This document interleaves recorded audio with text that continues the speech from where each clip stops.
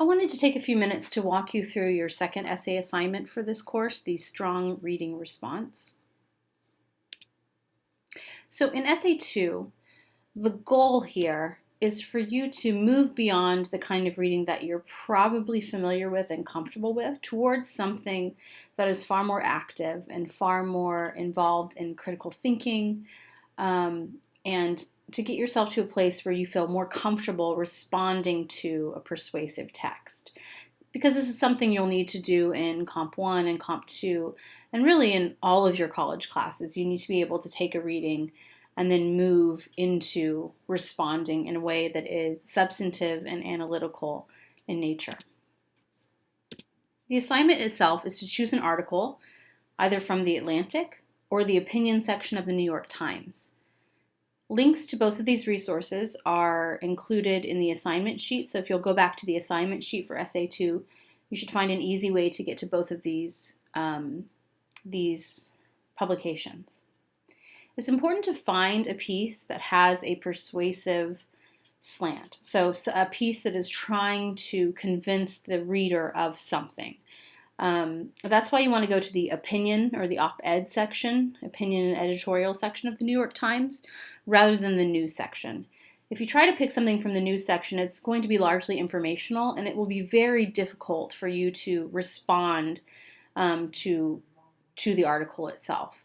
So you want to make sure that the author is clearly trying to persuade the audience of some sort of thesis, of some point. After you've chosen your article, the second step is to read it carefully and to annotate the text thoroughly. So to annotate means to pick up a pen when you're reading. And this might be something you do on paper. So you might essentially print out your article and use pens and highlighters and maybe post-it notes to go through and read it very actively and carefully. You might do this through Google Docs by copying and pasting the article into a new document and then adding comments and highlighting throughout. You can also do this similarly through Microsoft Word. However you do it, what's important is that you are actively reading and interacting with what you are reading throughout. So what I like to see with annotations are interactions inside of each and every paragraph. So you could be circling words that stick out to you, new words, new vocabulary, interesting phrasing, interesting tone that you see in the writer.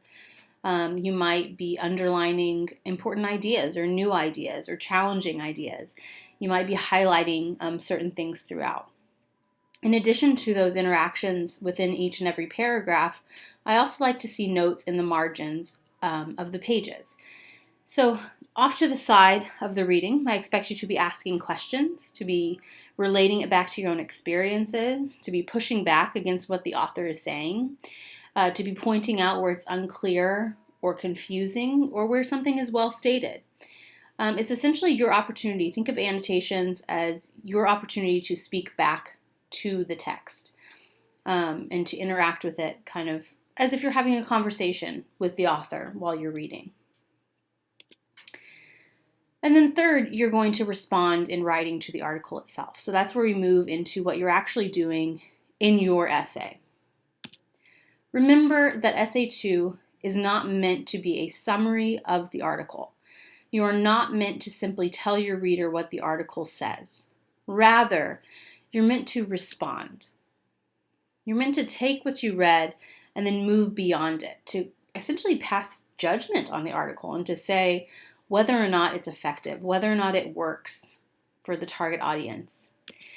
Keep these questions in mind. What do you think the writer was trying to accomplish in the piece? What are they trying to persuade the audience of?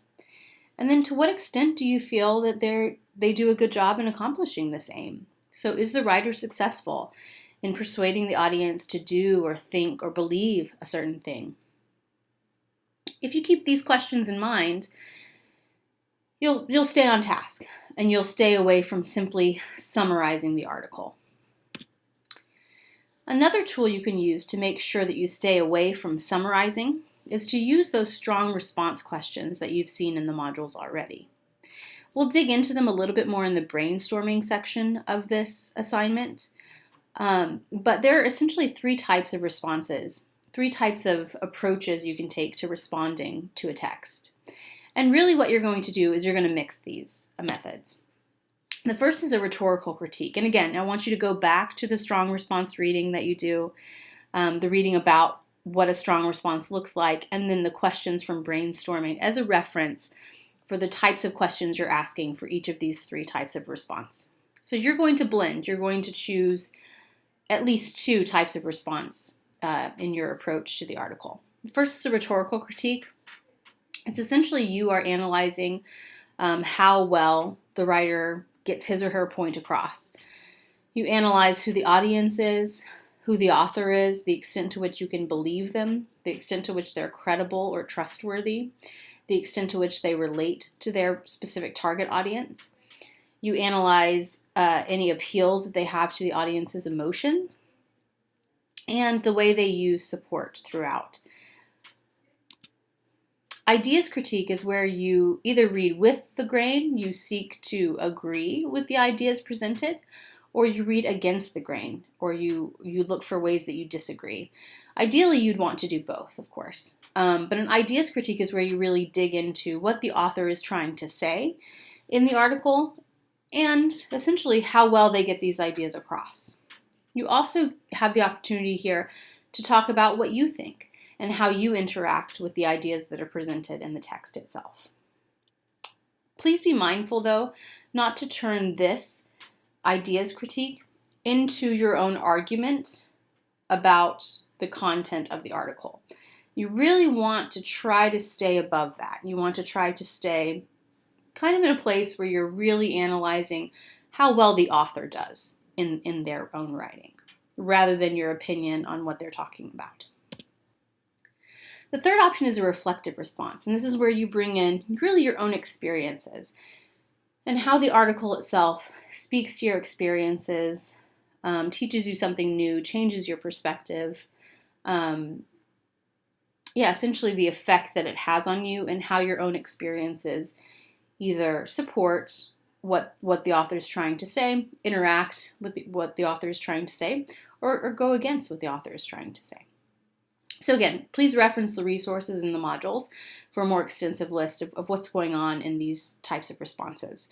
Just remember you're meant to blend them as you move forward. This is something you'll begin doing when you do the brainstorming for Essay 2. And so the questions will be listed out there: rhetorical critique, ideas critique, and reflective response. You're meant to choose 5 questions from the list of questions. 2 of them need to be rhetorical critique questions. This is really going to protect you, and it's going to ensure that you are generating an essay that actually does move towards analysis, rather than just engaging with the article from a summary standpoint or from a simple content standpoint. So you're choosing 2 rhetorical critique questions, and then you can choose a couple of questions from the ideas critique or from the reflective response to kind of mix in there as well. Really engage with these questions as you read your article again. So do another round of annotations and see kind of what comes to the top there.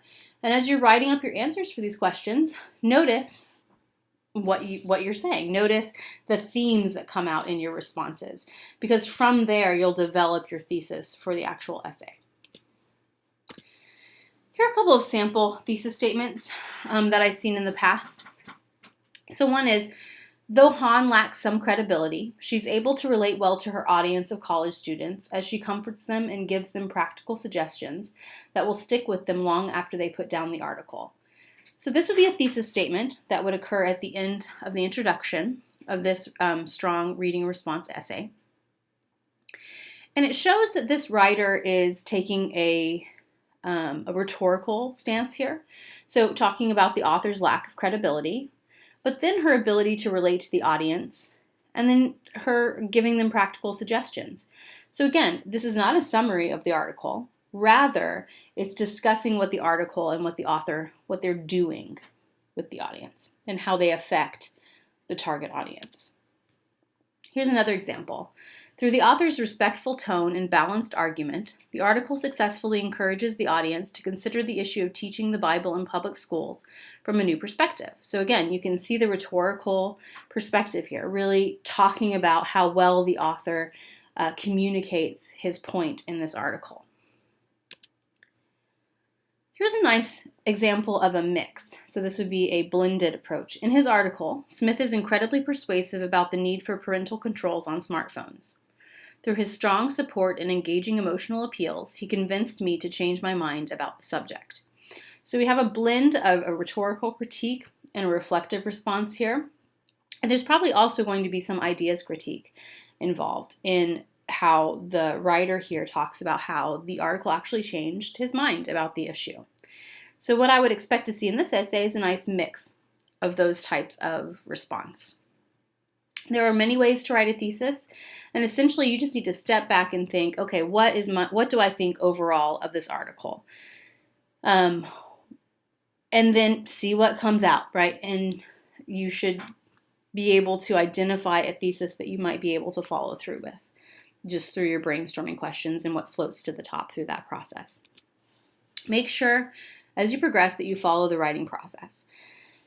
All the modules are set up to help you learn the content, but also to get through the assignment successfully. So please make sure that you are navigating the modules top to bottom, that you're looking at all of the resources involved, and that you're submitting all the required work to move your final draft forward. The article annotations and initial response are the first step.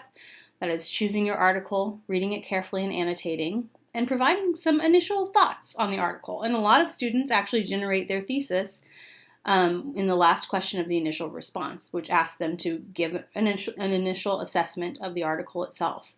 So a lot of you have already identified the thesis you might want to follow through with. The second part is brainstorming for essay 2. So that's digging into the specific strong response questions and seeing what you want to follow through with, what you want to follow up on in your actual writing. So pay attention to the ideas that stick out to you, what floats to the top there, because then you'll develop your planning page. This is essentially your outline of the strong response, and it's where you actually plan what you want to say in the essay itself. Pay attention to the example that's been provided for you based on an article that you're reading in your second module for this essay.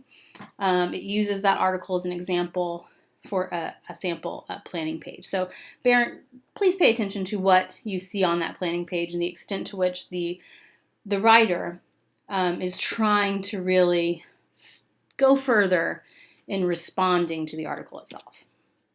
And from that planning page, you'll develop your rough draft.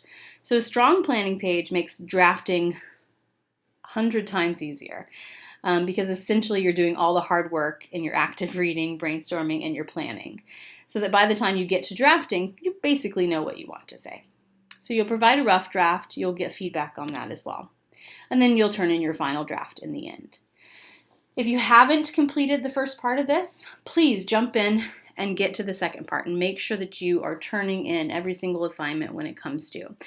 At every step along the way, these are each opportunities for you to get feedback on your work, for you to ask questions, and for you to get correction if you're headed in the wrong direction. It's far more helpful to know that early on than to turn in a final draft that doesn't answer the assigned question and isn't successful. I want you to be successful. That's why this process exists. And throughout, just make sure to ask questions and use your resources. So schedule time to come in during my office hours if you're unsure about the assignment or your approach to the assignment. Go to the writing lab. They're familiar with all of our assignments. Use tutor.com.